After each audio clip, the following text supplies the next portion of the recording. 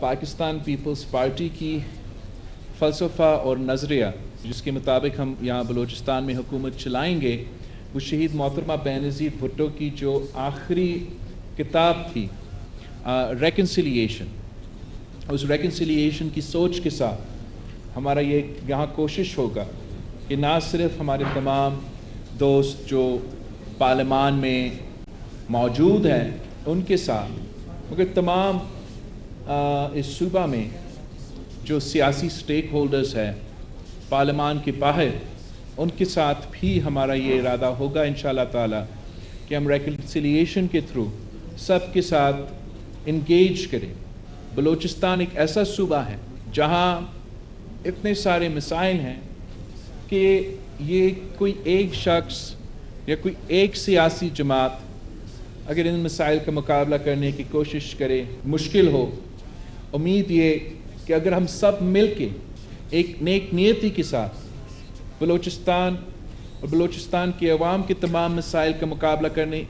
کی کوشش کریں تو انشاءاللہ تعالی ہم ایک مثبت نتائج دے سکیں گے۔ میں نے چیف منسٹر سرفراز بگٹی صاحب سے یہ ریکویسٹ کیا ہے کہ جو پہلا دورہ بحیثیت وزیر اعلیٰ بلوچستان وہ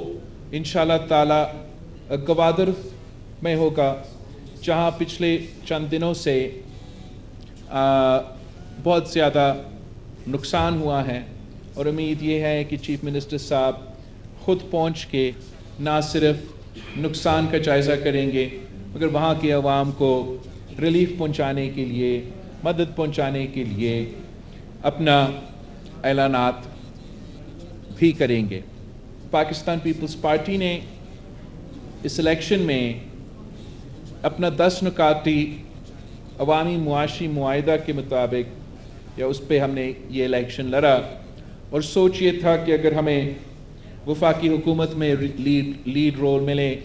تو ہم کافی سخت اور مشکل ریفارمز کر کے اس عوامی معاشی معاہدہ پہ عمل درآمد کر کے پاکستان کے عوام کو اس معاشی بحران کے دوران جہاں پاکستان کے عوام بلوچستان کے عوام مہنگائی غربت اور بے روزگاری کی وجہ سے پریشان ہیں ان کو ریلیف دینے کی کوشش کریں گے۔ جبکہ اب پاکستان پیپلز پارٹی صوبہ سندھ اور صوبہ بلوچستان میں حکومت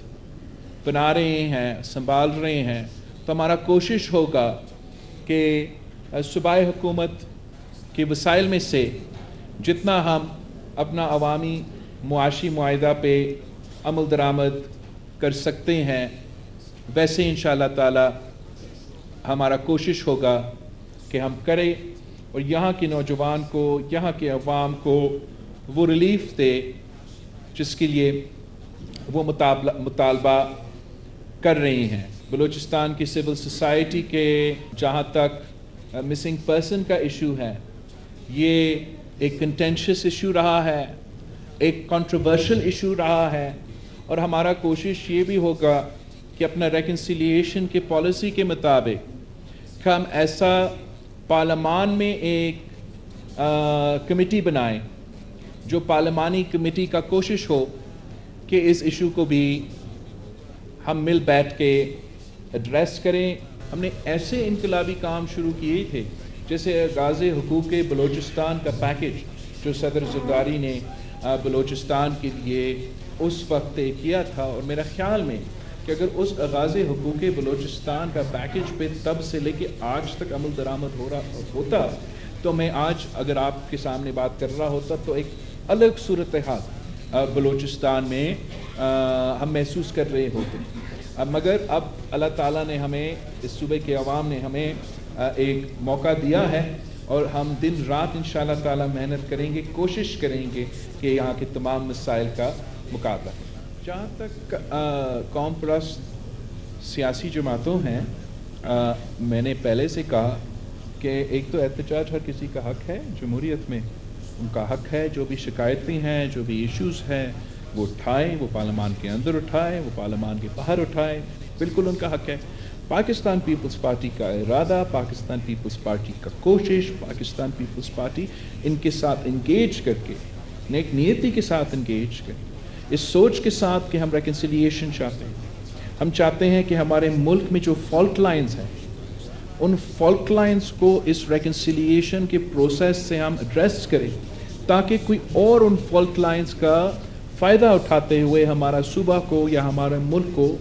نقصان نہ پہنچے. جہاں تک صدر کے الیکشنز ہیں، سنی اتحاد کونسل کا حق ہے کہ وہ جس کو بھی چننا چاہیں وہ اپنا صدر کا نمائندہ بنائیں، مگر میرا خیال میں اگر اچک سائز صاحب، جس کے لیے میرا بہت احترام ہے، عزت ہے، اگر وہ پی ٹی آئی کا نمائندہ بننا جا رہا ہے تو پھر وہ اپنے آپ کو قوم پرست نہیں کہہ سکے. پاکستان کا حصہ میں اتنا دور تو نہیں جاؤں گا، مگر ضرور والد صاحب نے بھی یہ کہا اور میں نے بھی کہ جو اسلام آباد میں بیٹھے ہوئے لوگ ہیں وہ بلوچستان کے مسائل کو کم سمجھتے ہیں، ان مسائل کا